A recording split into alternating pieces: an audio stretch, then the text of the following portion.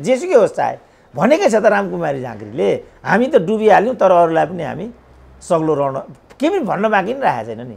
भाँडभैलो सुरु भयो कि साँच्चै के भयो त यो मूल भनेपछि त उनीहरूमा त केही भिन्नता छैन भन्ने देखिँदैछ नि त यहाँ चौथाइको भ्रमण भएको हुनसक्छ, किनभने राजकीय कुरा त सबै हामीलाई थाहा हुँदैन नि।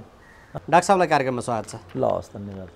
डाक्टर साहब, म विषयवस्तुको उठान यो माधव नेपाल समूहले एउटा महँगो रिसोर्ट चन्द्रगिरीको डाँडामा पुगेर मजाले बुक गरेर बसेका छन्। रिसोर्टमा नै किन पुग्छन् नेताहरू? म यो सामान्य विषयबाट सुरुवात गर्न चाहेँ। अब यो माओवादी खास गरी नेपाली राजनीतिमा जम्न थालेपछि उसले यो रिसोर्ट कल्चर अपनाएको देखिन्छ। अब यो कुरा मैले पनि उनीहरूको समक्ष अथवा उनीहरूको कानमा पर्ने गरी प्राय यो तिमीहरूको यो चाहिँ कम्युनिस्ट इथिक्ससँग यो मेल नखाने कुरा हो, किनभने यो चरम पुँजीवादी र विकृत एउटा संस्कार हो भन्ने गर्थेँ। माओवादीका कतिपय कार्यक्रमहरूमा म पनि पुगेको हुन्थेँ। अब ती कार्यक्रम या त याकेन यतिमा हुने, होटल सोल्टीमा हुने, यस्ता खालका रिसोर्टमा त मिनिमम पनि हुने, यो रूपमा त्यो अगाडि बढ्यो। अनि पछिबाट चाहिँ प्रचण्डले अलिकति आफूलाई टेन्सन हुने बित्तिकै के सुकुटेको कहाँको के को कामीडाँडाको रिसोर्ट भन्दै कुद्ने यो अभ्यास बढाएर नै लगे, घटाउनेतिर गएनन्।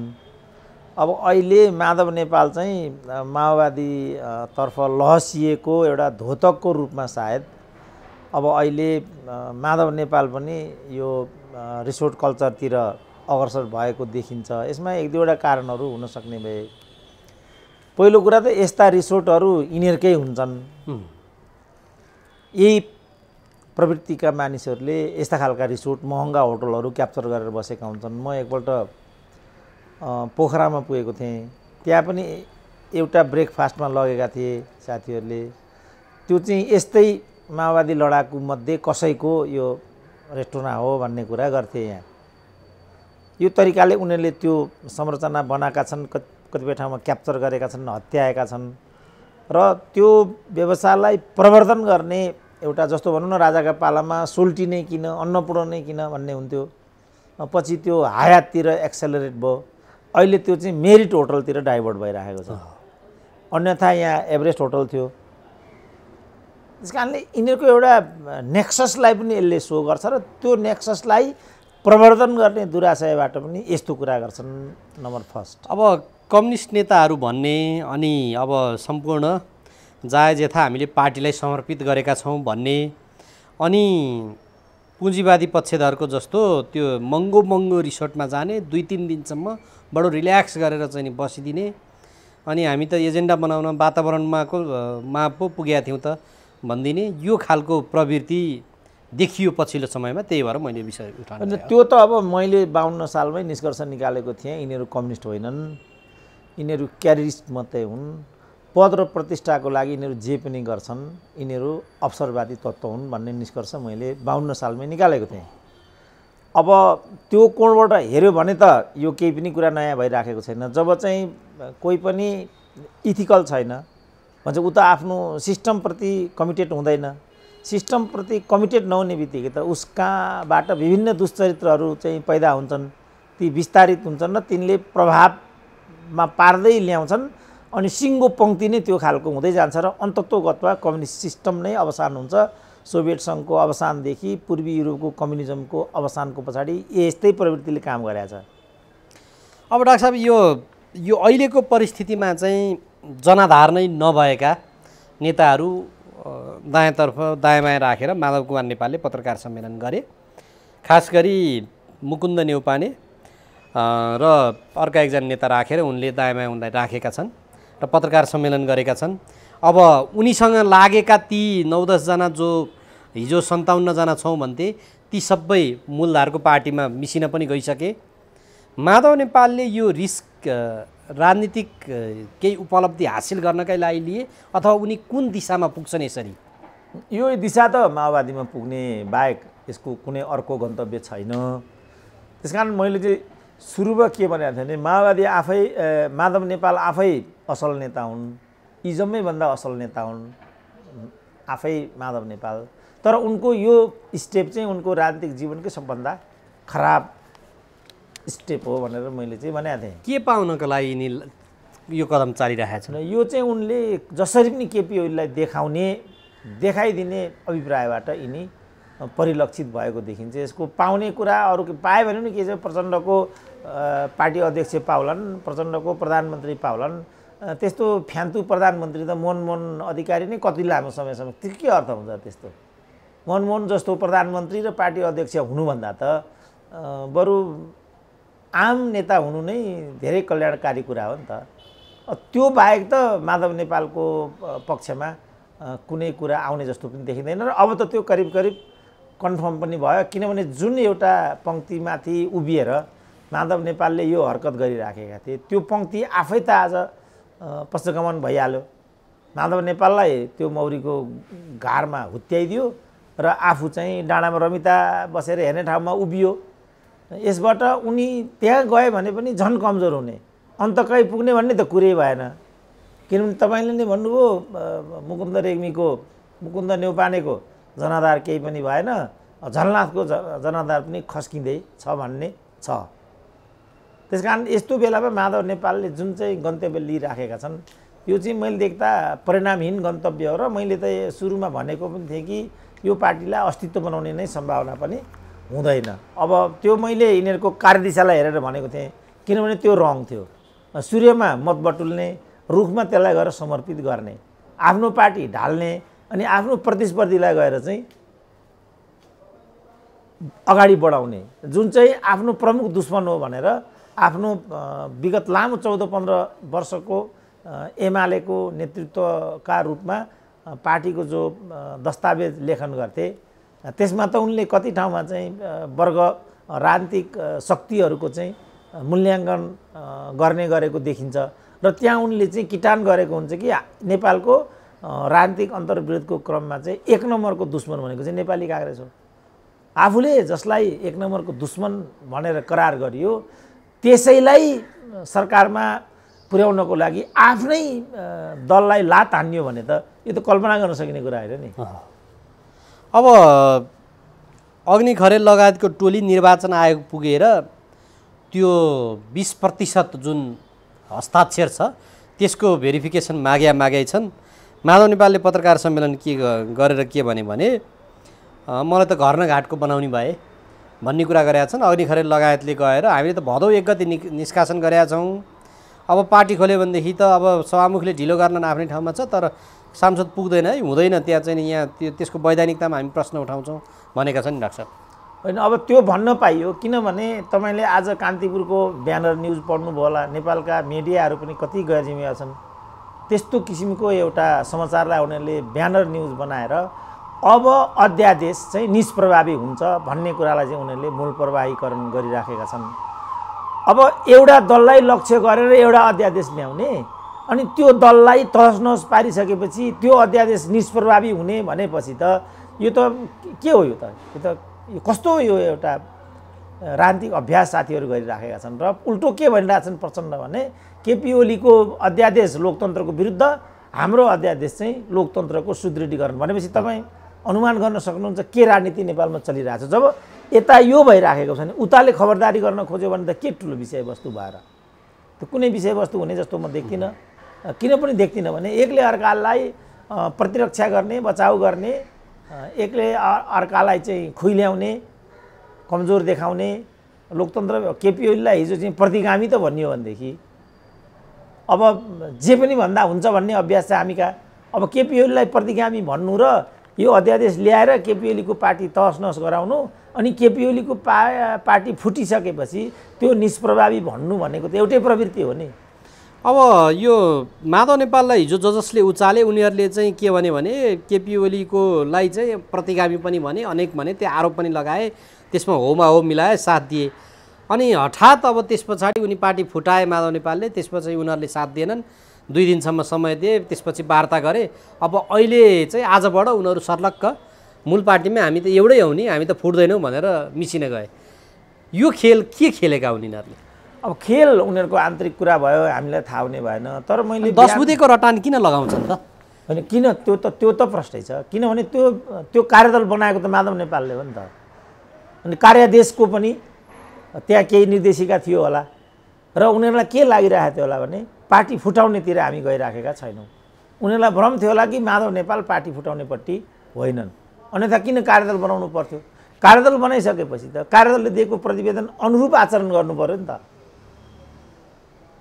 त्यसपछि उनीहरू छाँगाबाट खसे कि माधव नेपालको योजना के थियो भनेर त्यसपछि युवा नेताहरू त्यहाँबाट चाहिँ विकसित भए किनभने उनीहरूको त राजनीतिक भविष्यको कुरा छ नि त एमालेलाई छोडेर कुन राजनीतिमा जाने त अहिले साथ दिएकाहरूले हजुर अहिले त्यसरी त करियरै सोच्ने भए त अहिले साथ दिएकाले पनि त करियर सोचेर होइन यो अहिले सोचे अहिले साथ दिनेको कुरा चाहिँ उता होइन यो उतापट्टि मिसिएकाहरू पनि र अहिले साथ दिनेहरूले पनि त माधव नेपालले फुटाउने नि रहेछन् अब करियर छैन भन्ने हो भनेदेखि त किन साथ दिए होइन उनीहरू त कृत सङ्कल्पित थिए नि त उनीहरूको त पुरै उनीहरू शत्रुतापूर्ण तरिकाले भन्नुभयो पार्टीको अन्तर्विरोधलाई बुझिराखेका थिए र उनीहरू जुनसुकै मूल्यमा पनि केपी ओलीलाई चाहिँ किनारा लगाउने देखाइदिए जेसुकै होस् चाहे भनेकै छ त रामकुमारी झाँक्रीले हामी त डुबिहाल्यौँ तर अरूलाई पनि हामी सग्लो रहन के पनि भन्न बाँकी नै राखेको छैन नि अब के माधव नेपालले तिमी त्यही प्रधानमन्त्री हुँदासम्म त हो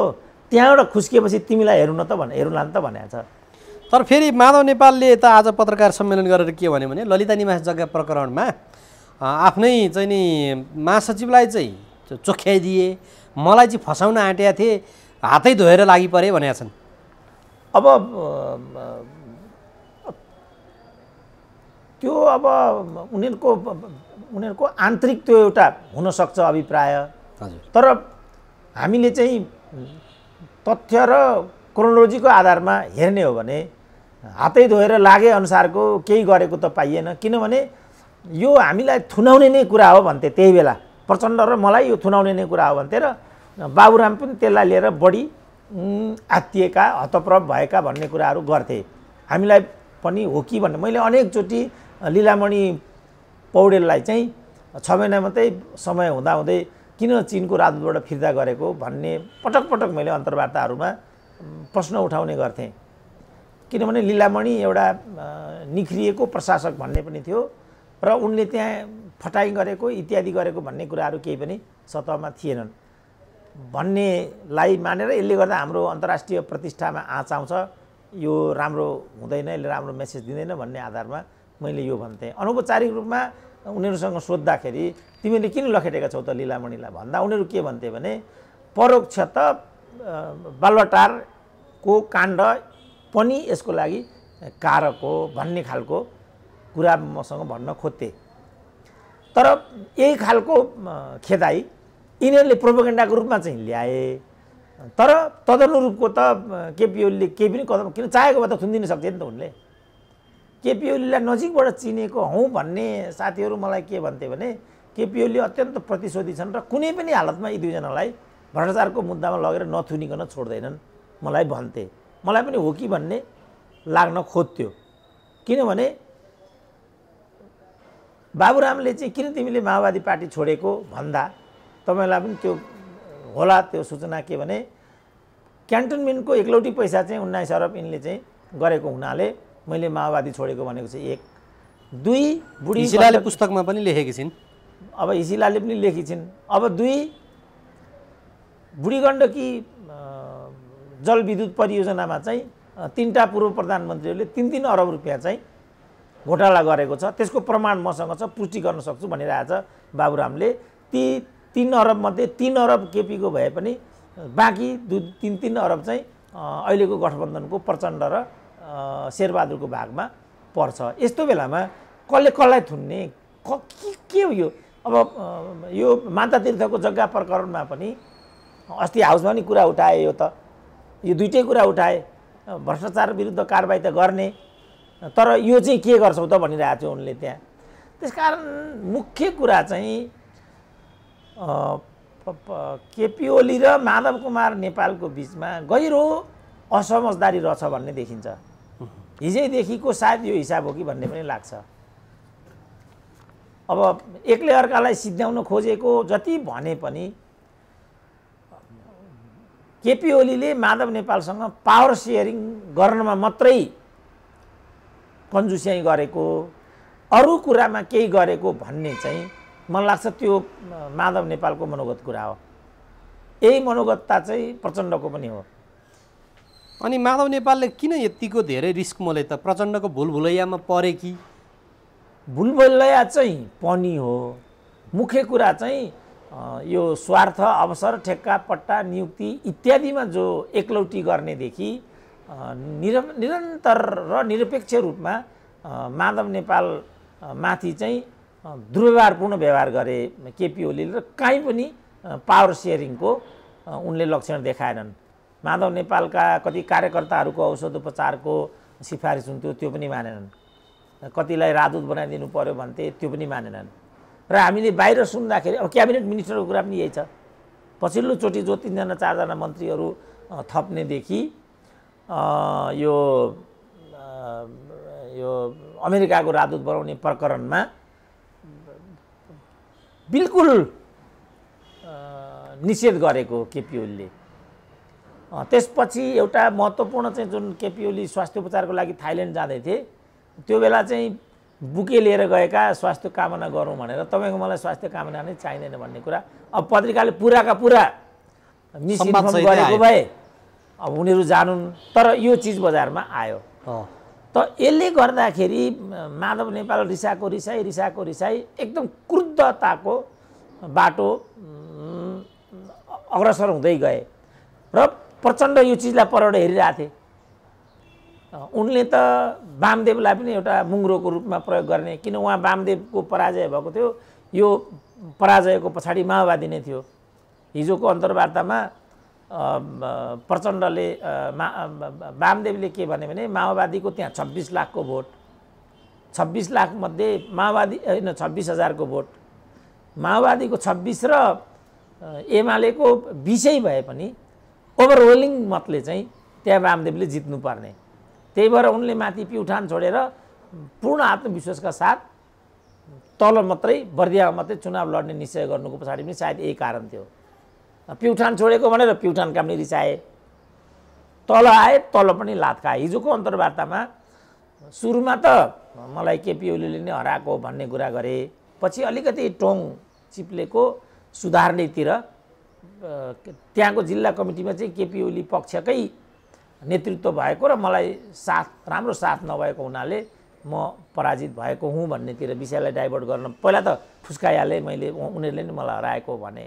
पछि उनले एउटा कुरा के भने जुन मैले भन्दै आएको थिएँ त्योभन्दा पनि सठिक ढङ्गले उनले के भने आफ्नै कोणले भन्न चाहिँ माओवादीको चाहिँ त्यहाँ 26 लाखको मत थियो, 26,000को मत थियो। 26 मध्ये 16 उनीहरूले बेचे, यही शब्द प्रयोग गरेको छ। 16,000 चाहिँ एकदमै बेचे। वामदेवका प्रतिद्वन्दीले त्यो मत किने। माओवादी तर्फबाट 10,000 भोट मात्रै मैले पाएँ। केपीले असहयोग गरे, माओवादीले 16,000 बेच्ने बित्तिकै म स्वतः हारेँ भन्ने कुरा त्यहाँ उनले गरे। मैले चाहिँ यही कुरालाई कसरी भन्ने गरेको थिएँ भने बर्दियामा वामदेवलाई हराएको अरू कसैको त मैले नाम लिने गरेको थिएन, तर यो माओवादीले नै हो भन्ने गरेको थियो। र तर्क मेरो के थियो भनेदेखि वामदेवलाई हराउने अनि त्यो हराएको जिम्मेवारी केपीको टाउकोमा हालिदिने, वामदेव अझ उत्तेजित हुन्छन् र केपीको विरुद्धमा प्रयोग गर्ने, यो रणनीति अन्तर्गत वामदेवलाई पनि त्यहाँबाट हराउने काम भएको थियो। यो रणनीति चाहिँ माओवादीको यो रणनीति माओवादीको भनी आएको थिएँ म। अब नभन्दै माथि आउने बित्तिकै 6 महिना नबित्दै किचकिच गर्न थालिहाले वामदेवलाई त त्यहाँबाट जितेर आएर प्रधानमन्त्री बन्ने ठुलो उत्कट चाहना थियो नि। त्यो पनि उनले त्यहाँ प्रश्न पारे। त्यो कुरा पनि मैले आफू भनेको होइन भने उनले 81 सभामा चाहिँ कसैले तपाईहरु जब मैले चाहिँ वामदेवको पक्षमा मतदान गर्नुपर्ने छ, किनभने भविष्यको प्रधानमन्त्री वामदेव गौतम नै हो, त्यसकारण उहाँलाई नै हामीले चाहिँ विजय बनाएर पठायौँ भनेदेखि बर्दियाका जनताको विकास र निर्माणका लागि राम्रो हुन्छ भने अचानक त्यहाँनेरि एनाउन्स भयो। एनाउन्स भएको कुरालाई मैले होइन भनिनँ, वास्तवमा यो कुरा मेरो होइन भनेको छ वामदेवले।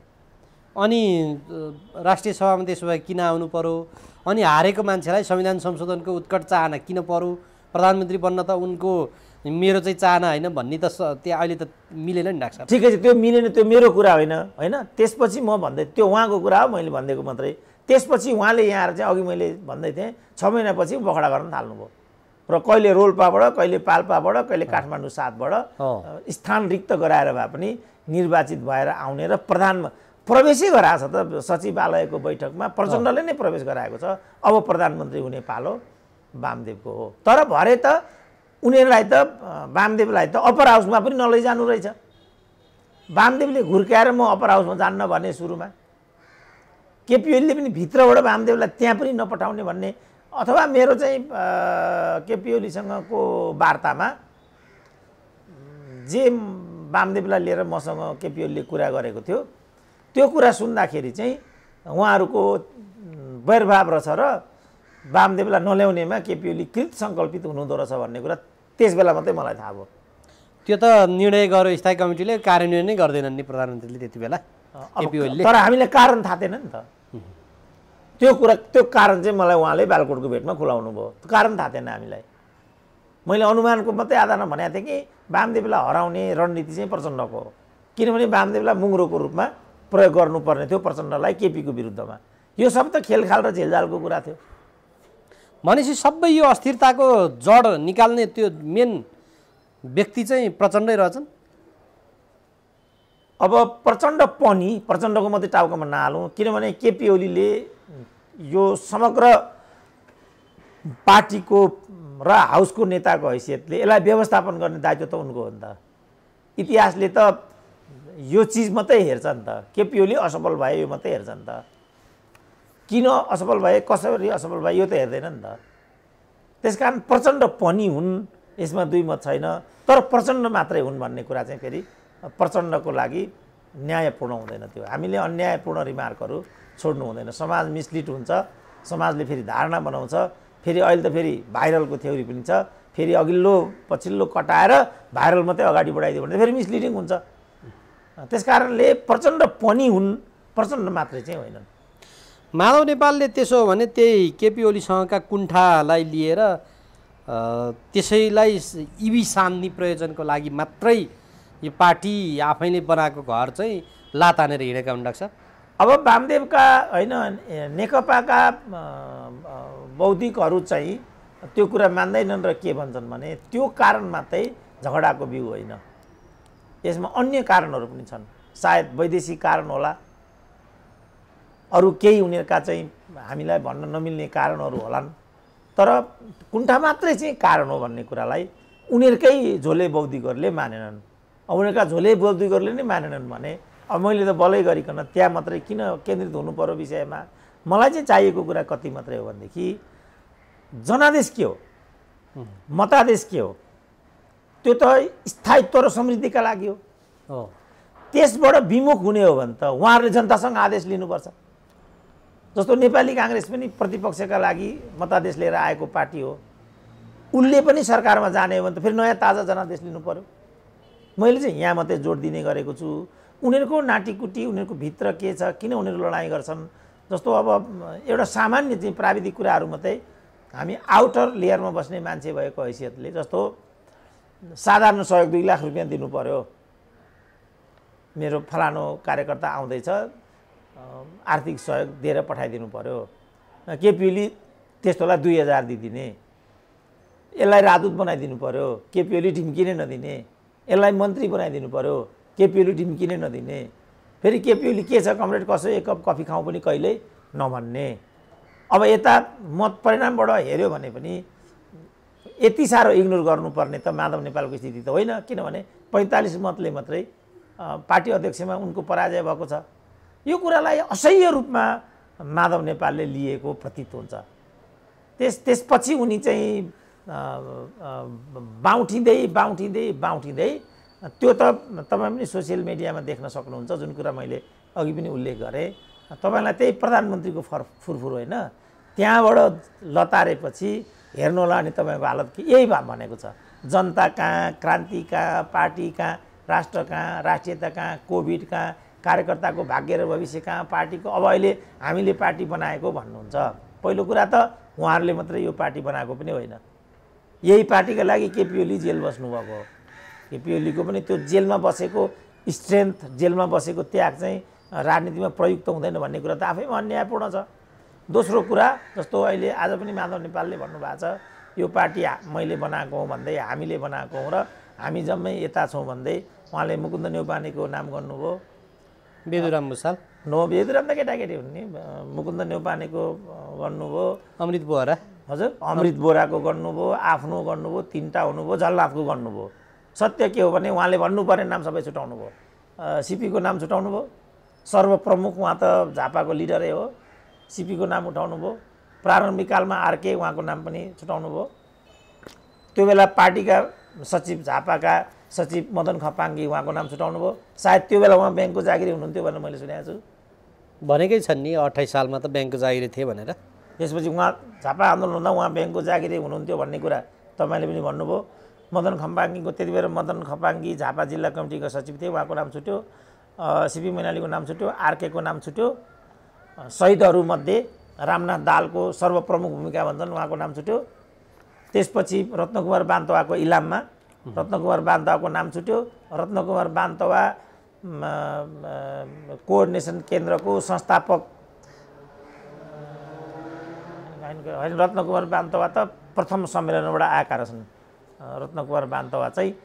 तर झलनाथको भूमिका आफै रत्नकुमार भन्दा माथि चाहिँ होइन, फेरि झलनाथ पनि त्यो प्रभावमा जोडिएका मात्रै हुन्। पछि चाहिँ सिपी मैनाली पक्राउ परेपछि झलनाथ चाहिँ त्यो झापा कोअर्डिनेसन केन्द्रका जो 32 सालमा गठित भयो झापा आन्दोलनपछि कोअर्डिनेसन केन्द्रका कार्यवाहक सचिव महासचिव भए, कार्यवाहक सचिव भए। उनी कार्यवाहक सचिव भएपछि सिलगढी जाने क्रममा चाहिँ पक्राउ परिसकेपछि त्यो ठाउँ चाहिँ अमृत बोहराले लिए।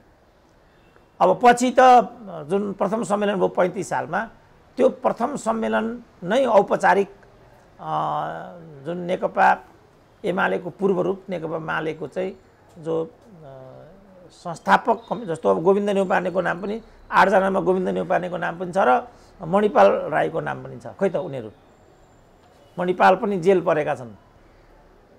गोविन्द नेउपाने अब अहिले पलायन भए, कता गए। डाक्टर साहब त्यो हिजोको दिनमा उनीहरूले भाँडभैलो सुरु भयो कि साँच्चै के भयो त? यो मूल यो भाँडभैलो भयो कि यसको के परिणाम निस्किन्छ भन्नलाई चाहिँ अब हामीले एकपल्ट जनादेश पर्खिनुपर्छ बाबु। किनभने 54 सालमा वामदेवले पनि यही गर्न खोजेका थिए। त्यति बेला पार्टीका हर्ताकर्ता माधव नेपाल नै थिए र हिजोको अन्तर्वार्तामा पनि वामदेवले भनेको छ के भने कमिटीलाई विस्तारित गर्ने क्रममा हामीलाई पनि कमिटीमा सामेल गराउँछन् भनेको त उहाँहरूले कारबाही गरेपछि मात्रै बाध्य भएर मैले माले पार्टी बनाएको हुँ भनेको छ उहाँले। त्यसपछि चाहिँ के भयो त भन्दाखेरि नेकपा एमाले प्राय विचलित भएन। वामदेवले त्यो गरे पनि नेकपा एमाले संस्थापनले चाहिँ 69 सिट ल्यायो। उनीहरूको भनाइअनुसार हामी सरकार बनाउँथ्यौँ, वामदेवले गर्दा सरकार बनाउन सकेनौँ भन्ने उनीहरूको दावा हो।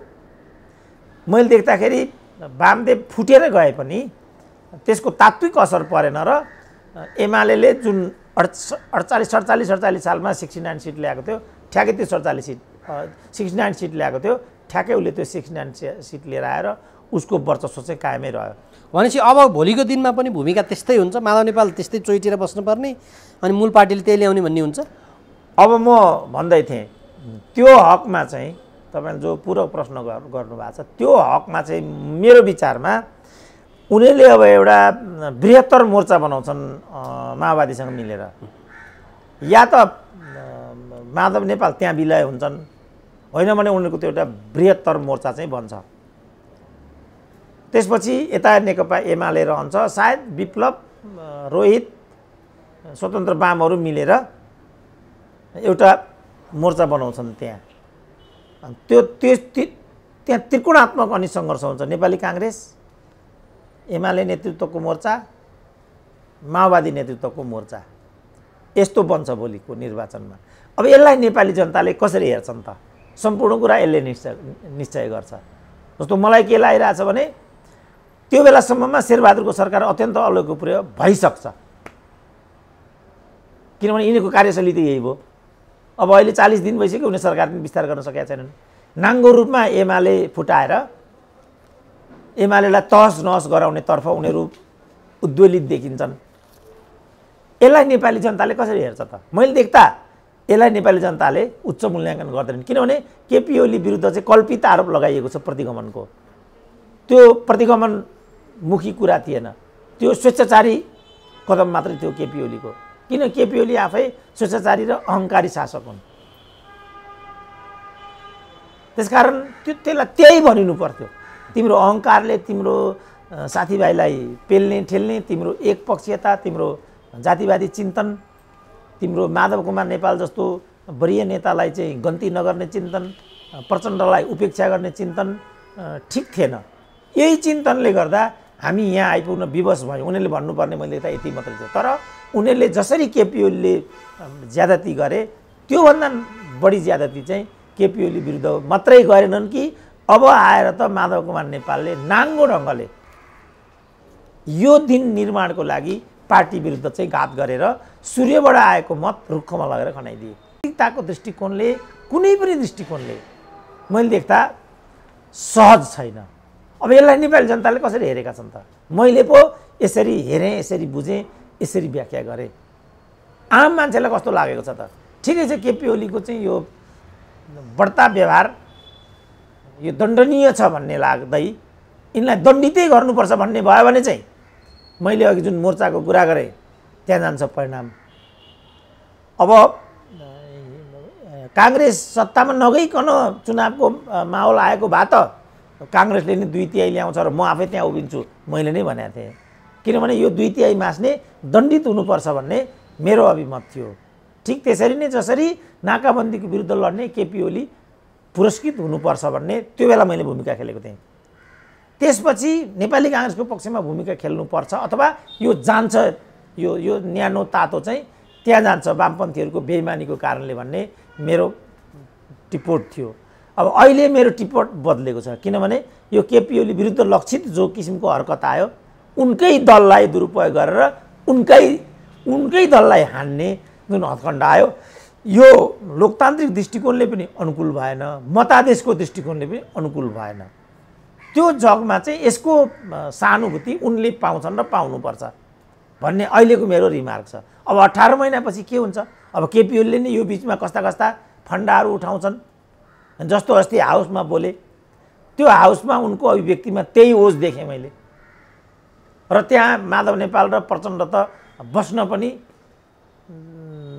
आवश्यक नसम्झिकन बाहिरिएको त्यस्तो स्थिति देखा पर्यो। अघिल्लो दिन प्रचण्डले भनेका थिए आउटगोइङ प्राइम मिनिस्टर र कमिङ प्राइम मिनिस्टरको, सिटिङ प्राइम मिनिस्टरको कुर्सी ओल्लो पल्लो ठाउँमा हुनुपर्नेमा केपी ओली यहाँबाट बाहिरिनु चाहिँ अशोभनीय हो, लोकतान्त्रिक आचरणका दृष्टिकोणले अनुचित हो इत्यादि भन्दै थिए। तर केपी ओली बोल्दा त उनी आफै पनि उपस्थित थिएन भनेर त उनीहरूमा त केही भिन्नता छैन भन्ने देखिँदैछ नि त यहाँबाट। त यो सब कुरालाई चाहिँ आम जनताले कसरी हेरेका छन् त? त्यसमा यी सबै कुराहरू चाहिँ निर्दिष्ट हुने हुन्छ। अहिले हामीले भनेर चाहिँ मलाई लाग्छ त्यो साकार हुने विषयवस्तु बन्ला जस्तो लाग्दैन। डाक्टर साहब, म अब अर्को विषयमा जान्छु। जस्तो भारतीय सत्तारूढ दल बिजेपीका चाहिँ विदेश विभाग प्रमुख विजय चौथाइवाले चाहिँ अहिले नेपालमा राजनीतिक भेटघाटमा छन्।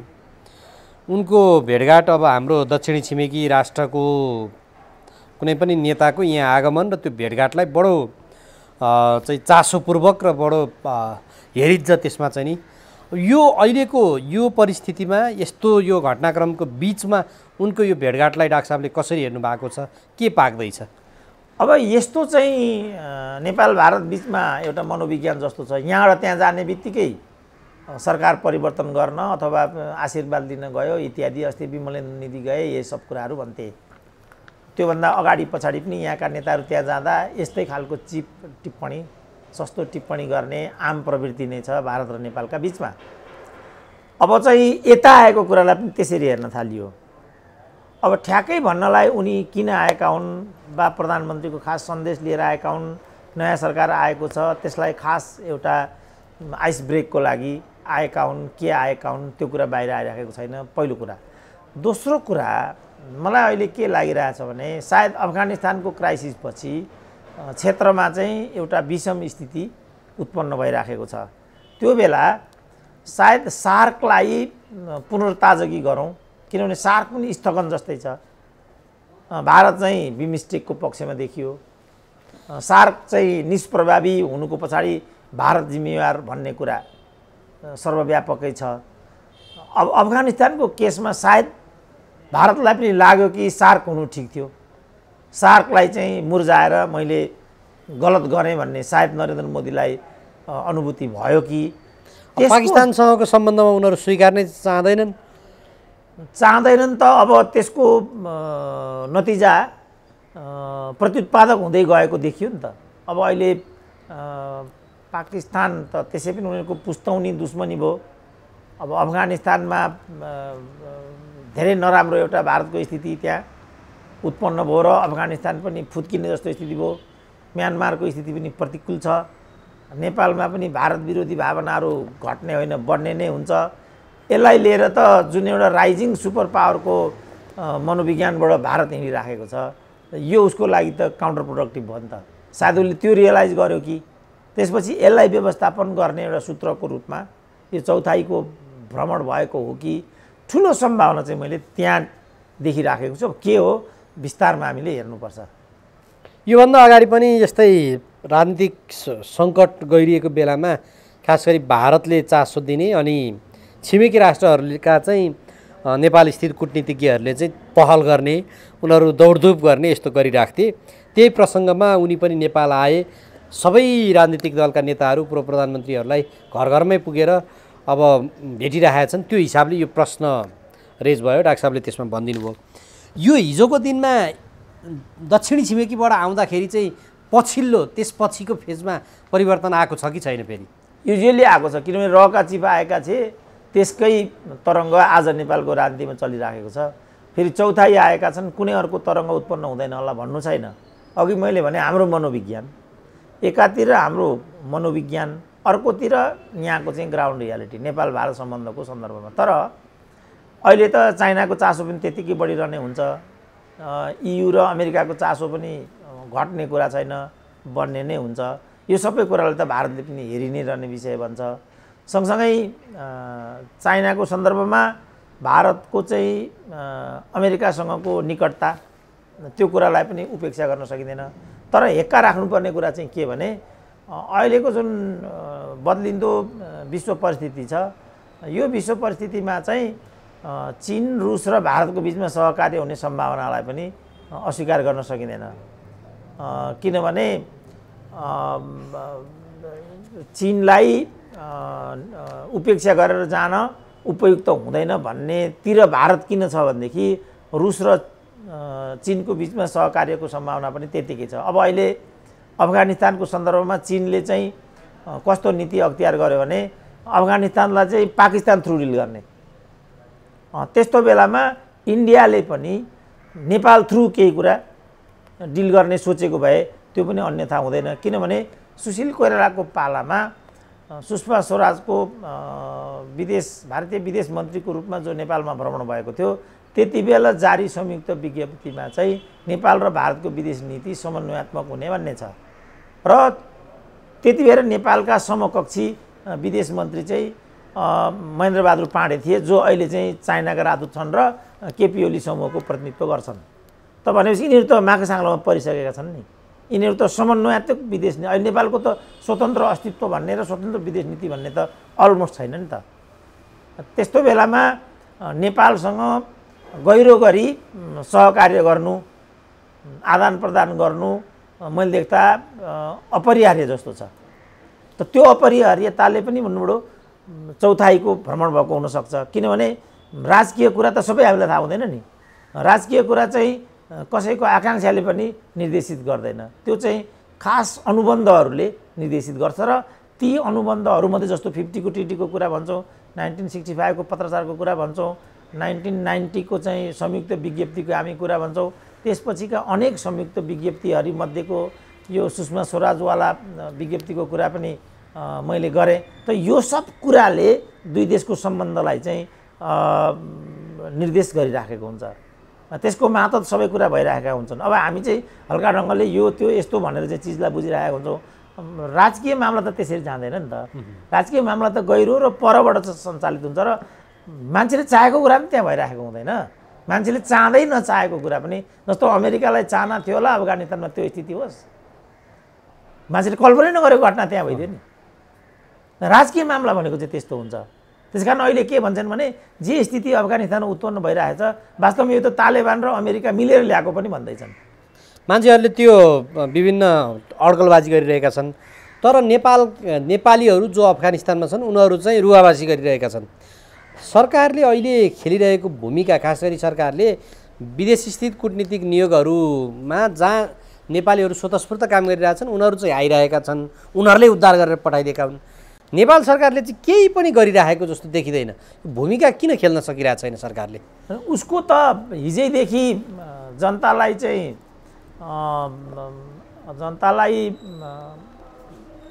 उद्धार गर्नेतर्फ उसको कदम परिलक्षितै भएको देखिँदैन। जस्तो हामी बारम्बार भन्छौँ नि, कञ्चनपुरमा चाहिँ गोविन्द गौतमको कुरा क्षतिपूर्तिसम्म मागिदिएन। त्यसपछि जुन यो तुइनको काण्ड भयो, कुन जिल्ला हो? दार्चुलाको जुन तुइन काण्ड भयो, त्यो तुइन काण्डको जाँचबुझ गर्न गएको कमिटीलाई पटक पटक म्याद थप्दा समेत त्यसले चाहिँ रिपोर्टसम्म बुझाउन सकिराखेको छैन। र म सुन्दैछु स्थानीय सहायक प्रमुख जिल्ला अधिकारी चाहिँ त्यो कमिटीमा जोडिएर काम गर्नुपर्ने अरे, उनी त्यहाँबाट बेपत्ता भइराखेकी छिन् अरे भनेर म सुन्दैछु। अब केन्द्रीय स्तरको चाहिँ कार्यदल त्यहाँ गइराखेको छ, स्थानीय प्रशासक लापत्ता भनेको त अकल्पनीय कुरा हो नि। आज मैले गोर्खापत्रको मेन हेडिङ देखिराखेको थिएँ, सरकार चाहिँ नागरिकको जीवधन रक्षा गर्न चाहिँ प्रतिबद्ध छ भनेर, तर उसको यो व्यवहारले त प्रतिबद्ध भए जस्तो देखिँदैन। अब अफगानिस्तान हेर्दाखेरि अब अफगानिस्तानमा जे नेपालीहरू गइराखेका छन् त्यहाँ विरोधाभासी खबरहरू पनि आइराखेका छन्। कतिपय नेपालीहरू यता फर्किनेपट्टि पनि उति इच्छुक छैनन् भन्ने रिपोर्टिङहरू पनि आइराखेको छ। अब मलाई लाग्छ जो औपचारिक ठाउँमा काम गर्ने नेपालीहरू हुन्, ती औपचारिक ठाउँमा काम गर्ने नेपालीहरू उनीहरूकै दिशानिर्देश बिना चटपटाउन सक्ने अवस्थामा छैनन्। किनभने जबरजस्ती त्यहाँ चाहिँ नेपालीहरूलाई सेवा गर्न जबरजस्ती गरिराखेको, सरकारमाथि नै जबरजस्ती गरिराखेको विगत छ। नत्र सरकारले त एकपट्टि त्यसलाई ब्ल्याक लिस्टमा राखेको थियो, पछि अमेरिकाले धम्क्याए खुल्ला गरिदियो। त्यसपछि नेपालीहरू विभिन्न कारण त्यहाँ जान थाले। खास गरी अब अत्यधिक वेतनको सुविधा छ त्यहाँ, अरू सुविधाहरू पनि छन् त्यहाँ। त्यसकारण अनेक हिसाबले त्यहाँ अहिले त हामी त 14-15 हजार नेपालीको कुरा गर्दै थियौँ त्यहाँ। आज मैले एउटा मिडिया हेरिरहेको थिएँ, त्यहाँ 50,000 नेपाली छन् भनेर। त कसरी गएका नेपालीहरू हुन् त तिनीहरू? जबकि अफगानिस्तानका नक्कली अफगानिस्तानका नागरिकहरूले नेपालभित्र चाहिँ का अधिकारीलाई दुरुपयोग गरेर पासपोर्ट लिनेहरूको हुल जर्मनीमा छ भन्ने सुन्दैछु मैले। त्यस्तो सस्तो भयो नि त हाम्रो देश। नागरिकता नक्कली बाँड्ने, पासपोर्ट नक्कली बाँड्ने, यावत अब म्यानमारका शरणार्थीहरूको शरणार्थी स्थल हाम्रो देश भइरहेछ। भुटानको त सधैँ थियो, किनभने अन्तर्राष्ट्रिय कानुनका दृष्टिकोणले भुटानीहरूको त शरणार्थी स्थल त भारत हो नि त। किनभने शरणार्थी त नेक्स्ट डोरमा हुने कुरा हो नि त। जसरी टिबेटको शरणार्थीहरूको नेक्स्ट डोर नेपाल हो, त्यसरी नै भुटानका शरणार्थीहरूको नेक्स्ट डोर चाहिँ इन्डिया हो। त जुन किसिमको नेपाली शासकहरूको मनोवृत्ति, यिनीहरूको कायरता, यिनीहरूको देशद्रोही चिन्तनलाई चाहिँ दुरुपयोग गरेर विश्वभरिका शासकहरूले चाहिँ हामीलाई दलन मलन मात्रै गरेका छैनन् कि हेप्ने, ठेल्ने पेल्ने र यो खालको अकर्मण्यताको शिकार बनाउने यो गरिआएका छन्। र त्यहीको कोपमा यो विषय परे जस्तो मैले बुझिरहेको छु अहिले। हुन्छ, हाम्रो आजको लागि विषयवस्तु सकियो। म डाक्टर साहबलाई धन्यवाद र आभार व्यक्त गर्छु। ल, हस्, धन्यवाद।